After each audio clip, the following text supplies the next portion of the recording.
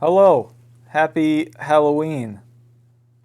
The three of us have all written Terror Tales, as in regular show, Terror Tales of the Park. We each wrote stories, and I guess we're gonna read them. All right. I guess I'm first. Everybody ready? Yes, Yeah. quite. All right. Welcome to my tale.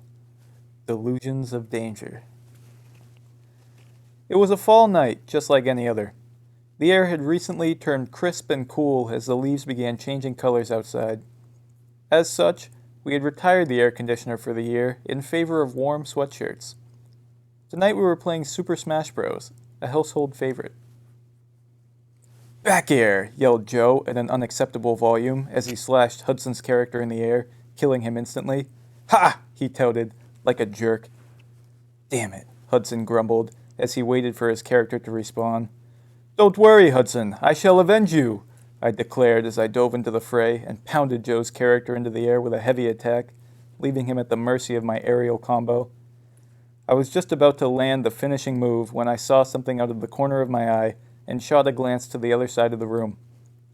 For just an instant, I could have sworn that I saw a pair of eyes peering through the crack in the doorframe, which led into the spacious closet where we kept our dumbbells and workout equipment. "Yo, did anyone see that?" I asked, mildly concerned. "I just saw you get wrecked, bozo," Joe offered arrogantly. I glanced at the screen and discovered that I had, in fact, died. Hudson was leaning hard towards the television in full concentration mode, hitting buttons rapidly on his controller.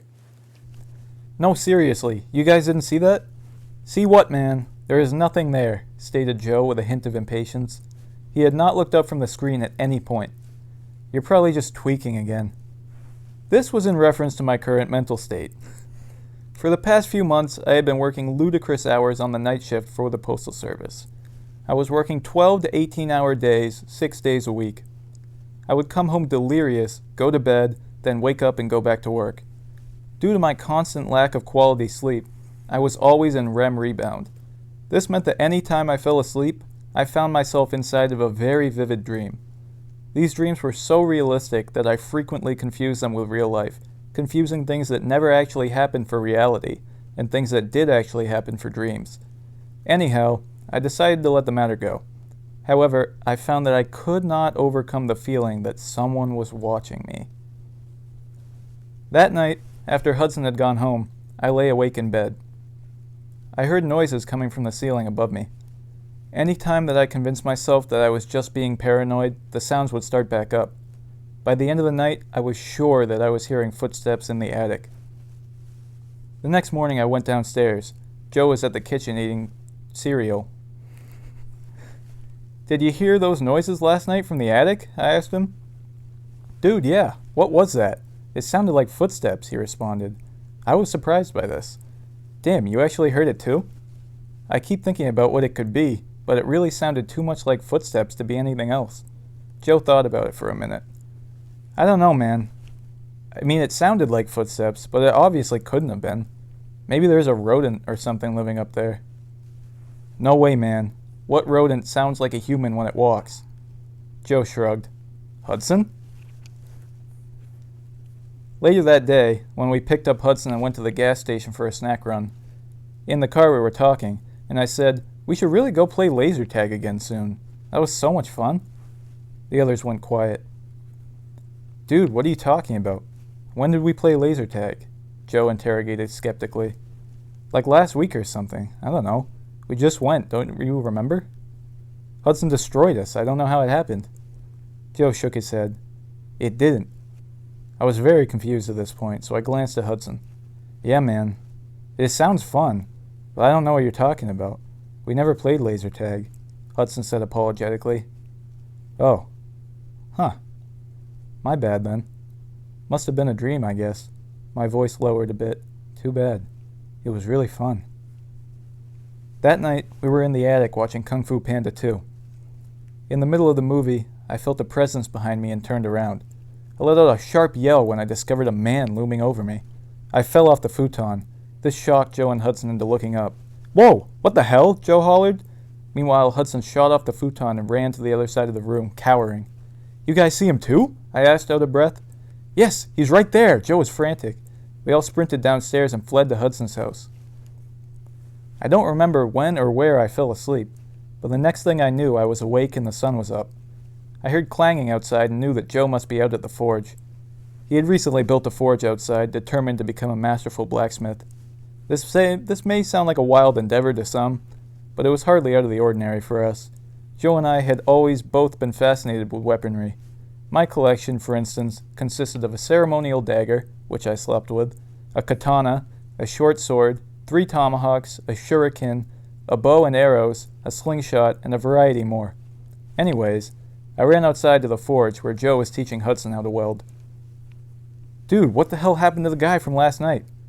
I should have known from their faces. What guy? Hudson asked. The dude from the attic! Last night! I was practically hollering. Joe shook his head. No, dude. Nothing happened last night. I was sure he was wrong. You're certain? Yep. I looked at Hudson.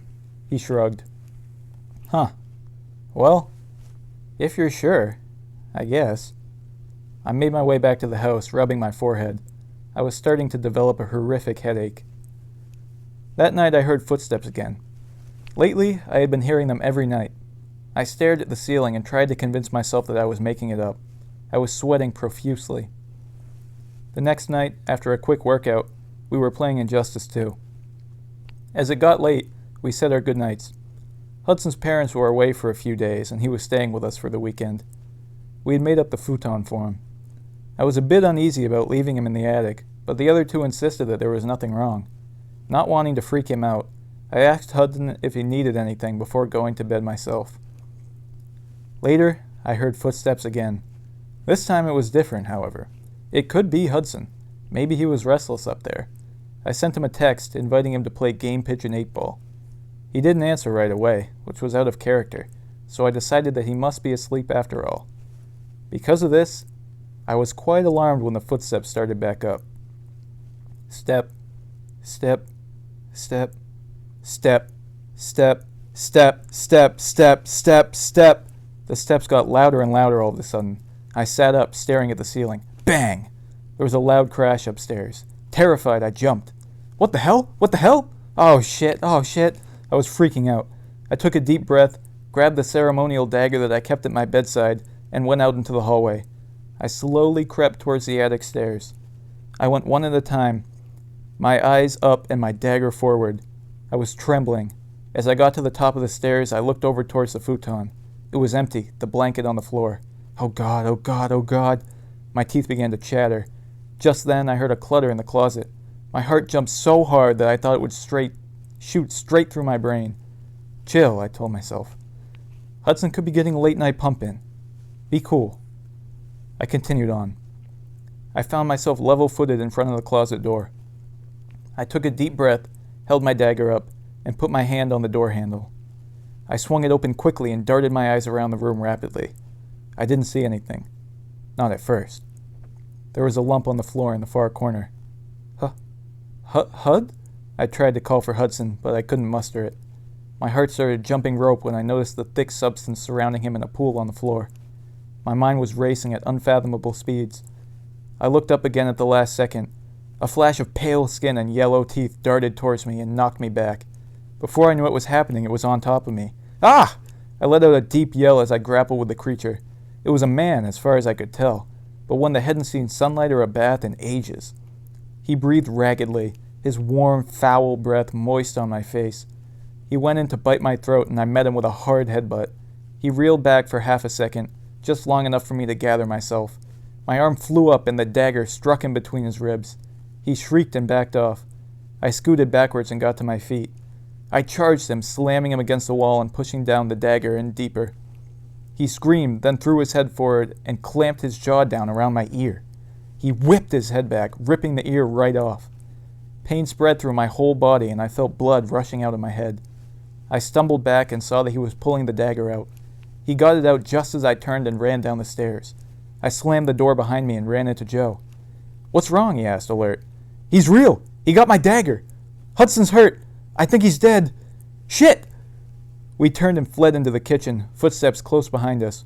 We got to the door and I bolted out, turning my head a few steps later to see that Joe wasn't behind me. Through the window I saw them grappling. "Go get help!" Hudson might be alive! My mind hesitated, but my body did not. I hopped in my car and accelerated out onto the road. I wheeled into the police station and ran inside. Help! Intruder in my house! My friends are in danger! I need help now! I yelled out my address and a number of officers responded. As I heard the sirens fading, a detective introduced himself. Next thing I knew, doctors were swarming me and I was being questioned. Later, the officers returned. There was a lot of hushed talk before the detective came and sat down. Son, he began, the responders have returned. They report that there was no incident at the household. Your brother answered the door. He was in good health and assured us that there were no problems at the household. We did an investigation even so, but nothing was out of place. This may come as a shock, but I assure you that we were thorough. I suggest you get some rest and get something to eat. I was very confused, but relief overwhelmed my confusion. I thanked the detective and the officers, apologized for the trouble, and left. As I pulled into my driveway, I felt warm blood trickling down the side of my head. I got out of my car and walked up to the front door. I opened it and walked in. Immediately, my stomach was knotted. There was blood all over the floor. I walked slowly, trying to get a grip on the situation. At the base of the staircase was Joe, unmoving. His head was not facing the correct direction. I sensed movement behind me, and instinctually, I threw my elbow back and caught the intruder in the chin. I got a good look at him. He looked like shit.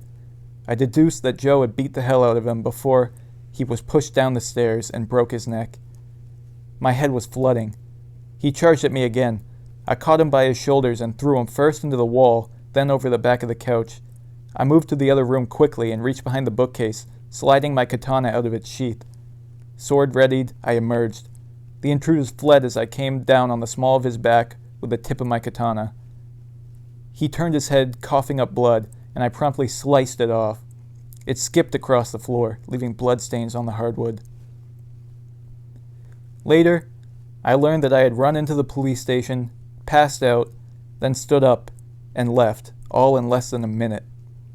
I had a hard time dealing with the fact that my sorry physical state, a result of working too much, caused such a pitiful outcome. I wanted to quit. Unfortunately, after 2 lovely funerals, I was out of money. So I went back to work, taking overtime whenever it was offered. It was terrible. Also, I had no ear.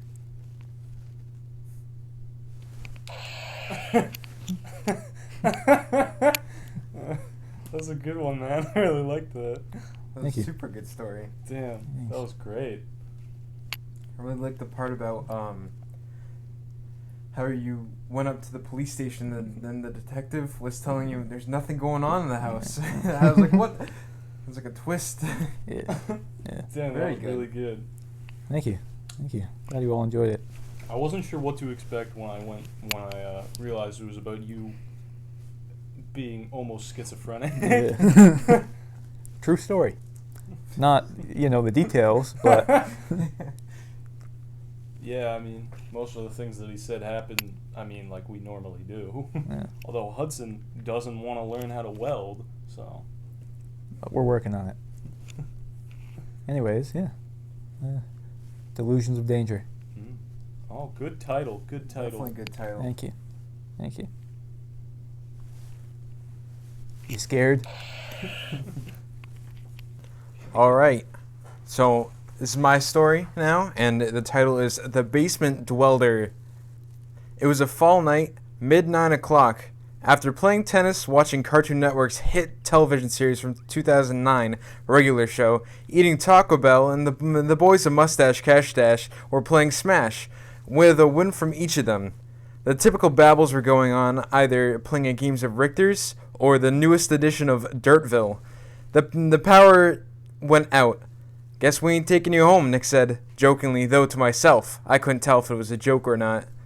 And my phone's about to die. How am I supposed to charge my phone? Exclaimed Joe, as he stood up looking around in complete darkness. We'd been up there for a few hours now, and we don't know exactly as to what goes on downstairs during the time that we're upstairs. With the 3 dogs mainly down there, to introduce them, there's a terrier mix named Buddy, easily the oldest of the 3. The next dog was a poodle named Susan. She was a goofy-looking dog. Lastly of the three, there was an energetic St. Bernard named Lucy. These dogs always seemed up to something. Susan with beady big eyes, staring into your soul if you ever locked eyes with that small dog.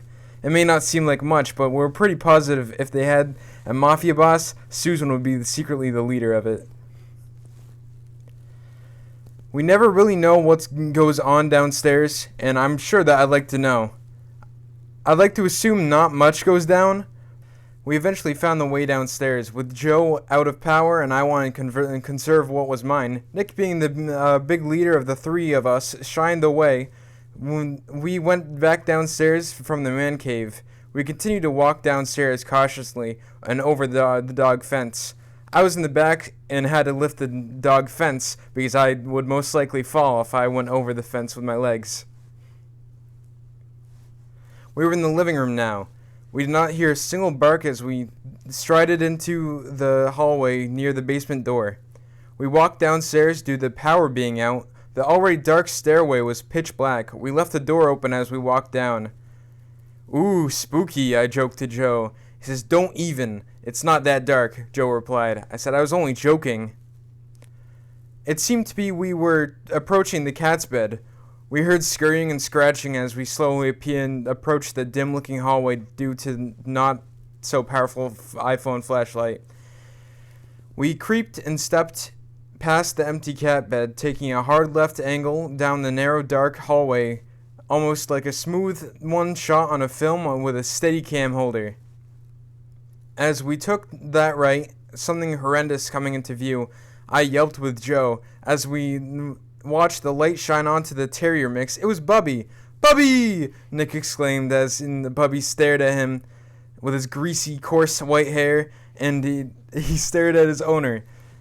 With his beady black bugged-out eyes, he arched his back and stood up on his stubby hind legs. We were all staring at him with uncomfortableness. It was uncanny how human-like this stubby, round, sausage-shaped dog stood up. We heard Bubby begin to talk. His voice we could not understand, but as it was quiet, yet had a raspy tone to it. A candle had been lit in front of him. By what only could be seen as a big hairy beast, Bubby seemed to snap with his unrecognizably deformed hand, almost snapped like a human hand would. Nick fell to the ground, and soon leading into the rest of the three fall as well with him. We felt a light dog walk over us. We didn't know quite what was going on. When I woke up, we were in the foosball table room, still in the basement, all of our pockets empty. No lights could be found. "Hello? Hello?" I called out loudly, seemingly being misplaced from my group. Nothing could be heard or seen besides the feeling of the chilly, cold floor. I heard dragging sounds and fast scurrying steps with heavy steps alongside. My body felt stiff. It was hard. I looked around to see a dim light coming from the doorway, and a body being dragged through it in slowly steady motions. I thought to myself, what or who is being dragged, and what is going on? I stood up with a bit uneasy feeling, and my vision was blurry. I began to slowly make my way into the doorway. It smelled of mildew and old people. There were vines creeping down from the ceiling. After following the dim light of the torch, I saw nothing in the distance. Walking through the now misshapen basement as the walls warped, every step taken the floor creaked. It was warping into a forest, a jungle terrain of some sort. The thundering sounds of outside crept in as I walked in further. Nick was found, but seemingly left behind like skin of clothes. As I looked up to see a huge beast monster, the beast seemed to thump around, making heavy footsteps and dog paws. As I looked up, a lightning striked, and it lit up the world enough that I could see what kind of messed up kind of beast it was. It seemed to be fused with the three dogs, absorbing the body of Nick. With horrendous yet humorous sounds like a high-pitched hum, the beast had long black hair, looking greasy and unmaintained, with Bubby's nose in the body of Lucy and mannerisms of Susan. It grunted, looking down upon me. I was in terror. I stammered looking up at the slobbering mess of a dog mix. It was almost like someone made this beast. I scurried around and rolled poorly, passing the beast's monstrous-sized St. Bernard feet. I got out of its senses, thankfully, with the rain blocking out the sound. I made it to a metal bunker. As I went down to the bunker, I heard welding noises, a zap here and a kapow there, and buzzing sounds. I opened the door slowly. That had a prison slot to it to look through. I looked through, and there was none other than Joe. He was inside. I was shocked and said, What are you doing here, Joe?" I yelled as he turned around and having Susan perfectly intact in his arms. "I made them. I made that beast. That beast is a creation of my own. After dealing with this dog for years upon years, I only thought it would be interesting to make our beloved Lucy an even bigger beast than she already was." "You may have seen her outside there, her stomping feet," he monologued, as I wide-eyed looked at him speechless. "You welded the dogs together?" I said with a shocking look towards him. "I did exactly as was planned. It was a bit out of character, but welding was always he said, raising his working arm, though only I passed my head that he was only moving one arm.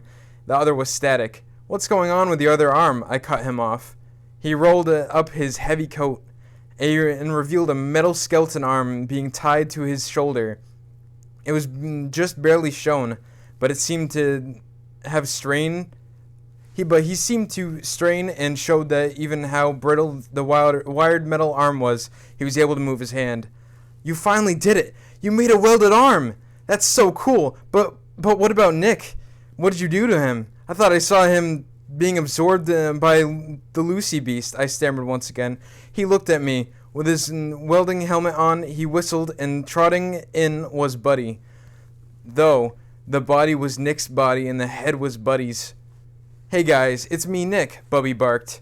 "As I figured you would like to be an assistant," he offered to me. "But how could I? What more could you ask of?" he said with a sigh. I looked at him in shock, and then the power came back on with a flick of the wire. "There is no reason for this anymore. You don't need to weld like this. How did you even get the power?" I asked. "I had a generator right next to me," Joe said as he stood up and stretched. "I guess you are right. We could just leave it like that," Joe said. "Oh, and keep Nick like that?" I asked. He stared at me and began to laugh. "Ha ha ha. Want to go play Smash?" he asked as I nodded, and then we went upstairs with many questions left unanswered. The end. You monster! God, I guess I'm a known welder. Damn, alright. Well, I can see that happening. I also can see that happening. I did really like the detail that they the basement turned into a jungle and Yeah. war into it. I was in like a bunker. Fucking cool. The most powerful welder ever. Holding directly from a generator.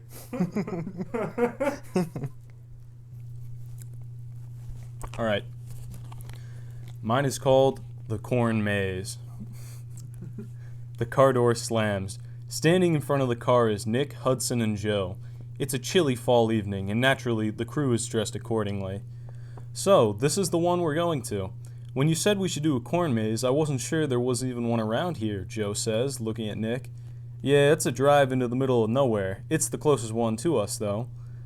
They spotted a stand made out of planks and covered by a tin roof in front of the entrance of the maze. Sitting inside it is the attendant, a girl who's on her phone. They crossed the empty dirt and gravel parking lot to get over to the stand. The girl looked up and said, "It'll be $24 for the three of you." Nick pays, and she doesn't mention until they walk away that the completion rate this year is actually really low. She laughs, "But it's really not that hard. Good luck anyways, though." Unseen by the three of them, on the inside of the stand, there's a whiteboard labeled with a red marker. It says, "Completion rate 0." As they enter into the parting in the corn, it seems to get much darker, but perhaps it's the corn blocking out the light. As soon as they turn the bend, it looks as if any exit has disappeared. Every now and then at a fork, there's some slight bickering on which path to choose, but ultimately, they find their way to a wooden bridge. "Whoa, that's awesome," Hudson says as he heads up. "You can see the whole maze from here. Man, we must be really far away from the cars now. I can't even see 'em." He continued moving around on the bridge. Standing on top of the bridge, over nothing but more corn, they tried to pick out the best route to take. Above them, the sky was gray and the trees that bordered the maze were filled with red, orange, and yellow leaves. The wind blew, shaking sections of the corn.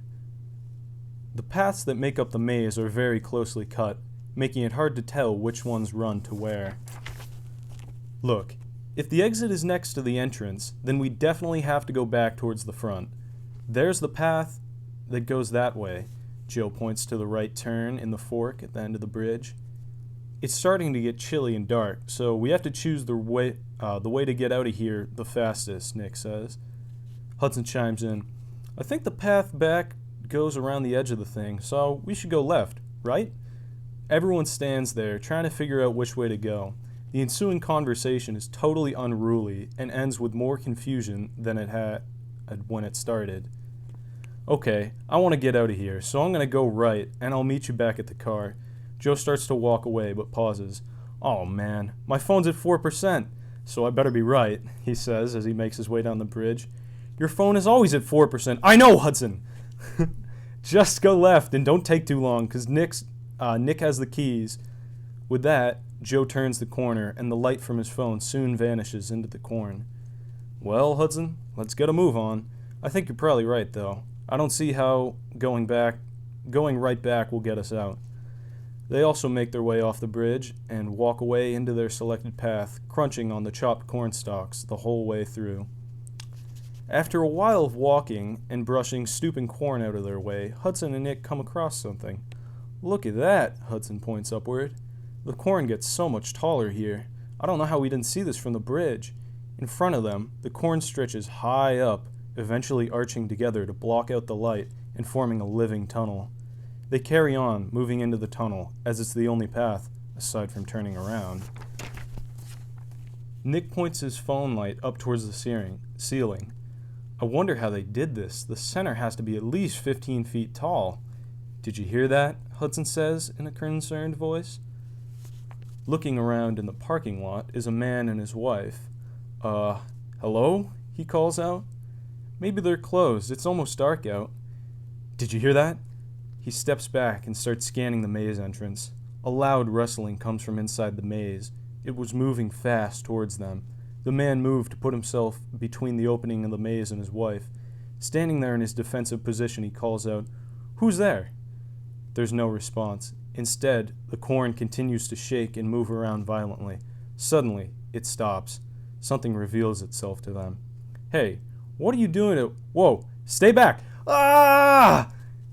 "Hey, Nick, did you hear that?" Hudson repeats himself. Nick holds up a finger at Hudson. "Shush," he spits out in a quiet and demanding voice. They stand there silently for a moment. Nick doesn't even lower his arm. Finally, he breaks the tension. "I wanted to see if there was a second call. That really creeped me out. It was probably just some crows, though."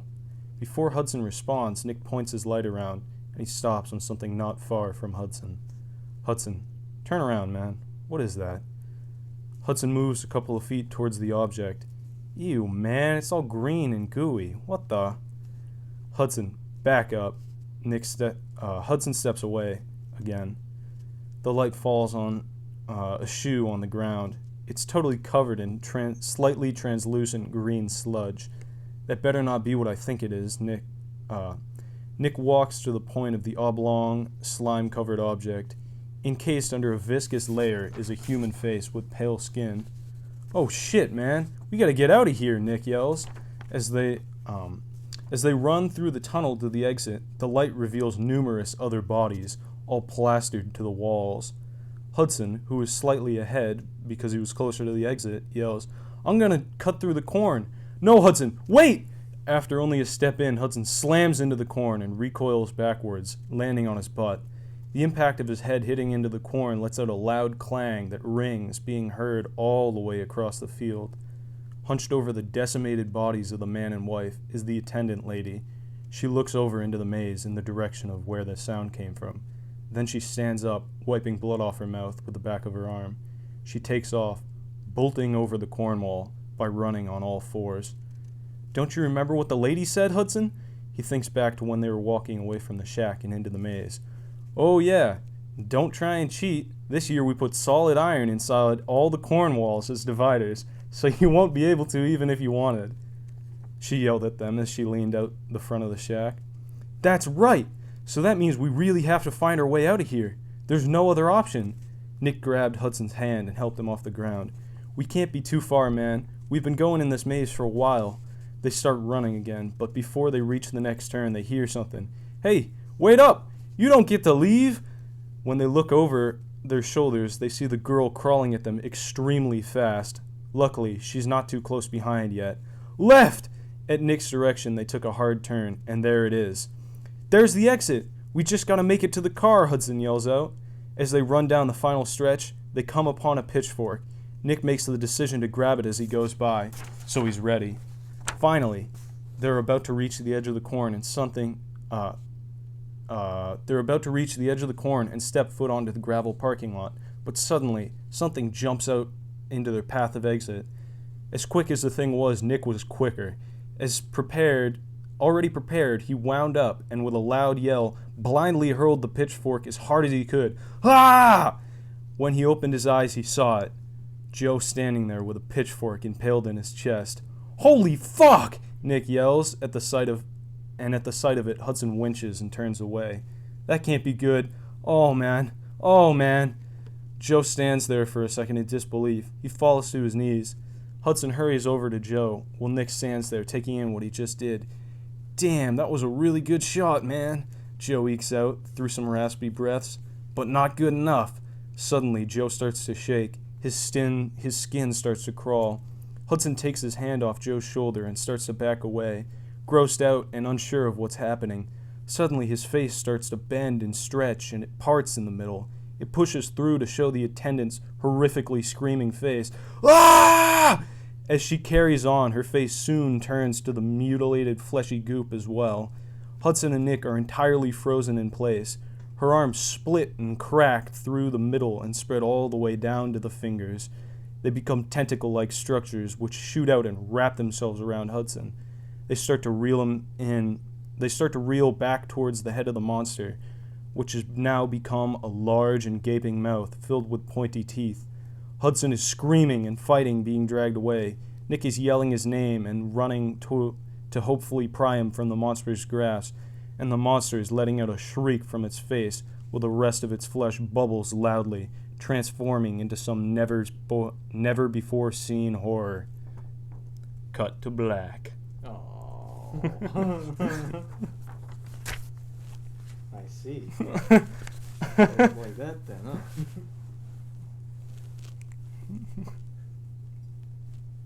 I'm trying to think of the logistics. It doesn't seem likely that I save Hudson, does it? Up to interpretation. It is up to interpretation. I like it. I like the setting a lot. Too. Thanks. Corn maze is a Didn't very good expect scene. a corn maze out of all the things that I never thought I was gonna show up. This seems like something we would do. That's pretty much what I was working with. It's great. I thought you just made me kill you for a second. I'm like, Yeah. that's kind of screwed up. Yeah. It seemed like it was the right call. Well, you didn't know it, but yeah, Yeah. you tried. In my gut, I must have. Blindly. Yeah, alright. Interesting. Yeah, very nice. Very good story. Thank you. I agree. Which story was the best? You decide. Tell us in the comments. You Tell got us any your scary thoughts. stories? Share them. You're going to have to write the whole thing in the comments, but that's okay. You're not doing anything else. Otherwise, you wouldn't still be here. Oh. Happy Halloween. Happy October, but happy Halloween if you're watching this on Halloween. Woo. Terror Tales.